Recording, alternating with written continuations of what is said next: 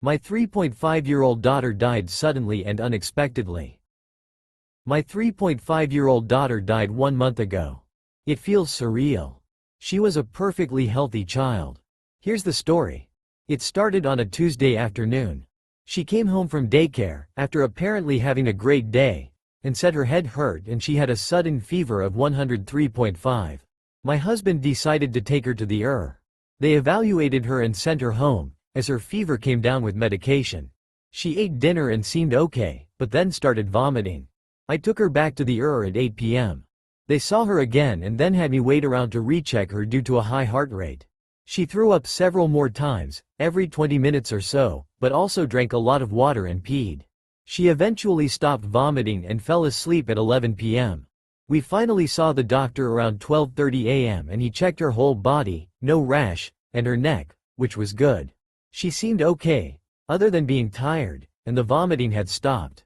We both thought it seemed viral and she was sent home. We got home around 1 a.m. The next day, she was very tired and sleepy. She slept most of the day while I worked from home. I checked on her every 30 to 45 minutes. She drank 2 small bottles of Gatorade, peed and responded to me when I talked to her. She just seemed tired.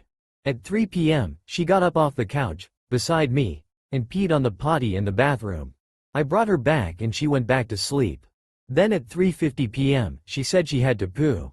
I brought her, she had diarrhea, and when I went to change her under the light, I noticed her skin was a bit blotchy.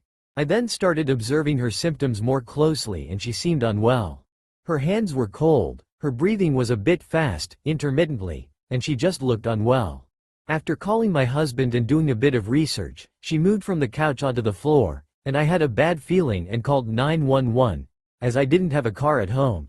My husband ended up coming home before the ambulance arrived, even thought it had been almost 30 minutes, so I took her myself to the closest ER. We got there at 5 p.m. They saw her immediately and seemed concerned. They took her back and started an IV and gave her fluids and antibiotics. Her vitals were good and she seemed stable. They said they were going to admit her, but she had to be transferred to the very well-regarded children's hospital. Because she was stable, it was not an emergency. In the ER, I noticed small bruising and red dots appearing on her skin, which I now understand to be early signs of severe blood clotting. She was transferred to the children's hospital at 7 p.m. and it did not seem urgent. The driver barely used the siren. Just before we got in the ambulance, I asked the doctor about her blood test results and the doctor said that they indicated sepsis, but on presentation, she did not appear septic. Apparently her blood pressure collapsed in the ambulance, unbeknownst to me as I was up front with the driver. When we arrived at the children's hospital, around 7:30 p.m., she was in septic, toxic shock, so they sedated and intubated her and transferred her to the ICU. They recommended that my husband come, which he did, and then they asked us to go in a waiting room while they set her up in the ICU.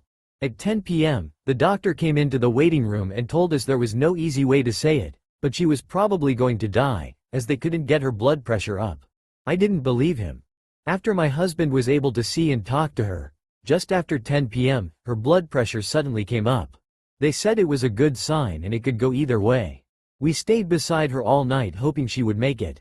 Her test results seemed to stabilize. We were so hopeful. However, around 3:30 a.m., the latest set of blood tests came back indicating her organs were failing, pH dropping and lactate rising. They told us she was going to die. Her heart stopped at 6:30 a.m. while I held her in my arms. It felt surreal. After the fact, her blood results indicated that she had group A strep. The illness is called streptococcal toxic shock syndrome.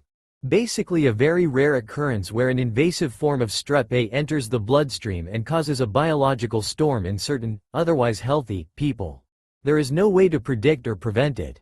In some cases, likely hers, it is so fast and aggressive that even early intervention cannot stop the disease progression. Likely once the first visible symptom of sepsis appeared, it was already too late to stop. Apparently this type of severe strep A illness is on the rise in recent years, since COVID, with higher pediatric deaths in many countries. My husband and I are obviously devastated. We do have 2 other children, so that keeps us going. The point of this post was just to share the story and the fact that sometimes you can, seemingly, do everything right, and you still cannot prevent loss.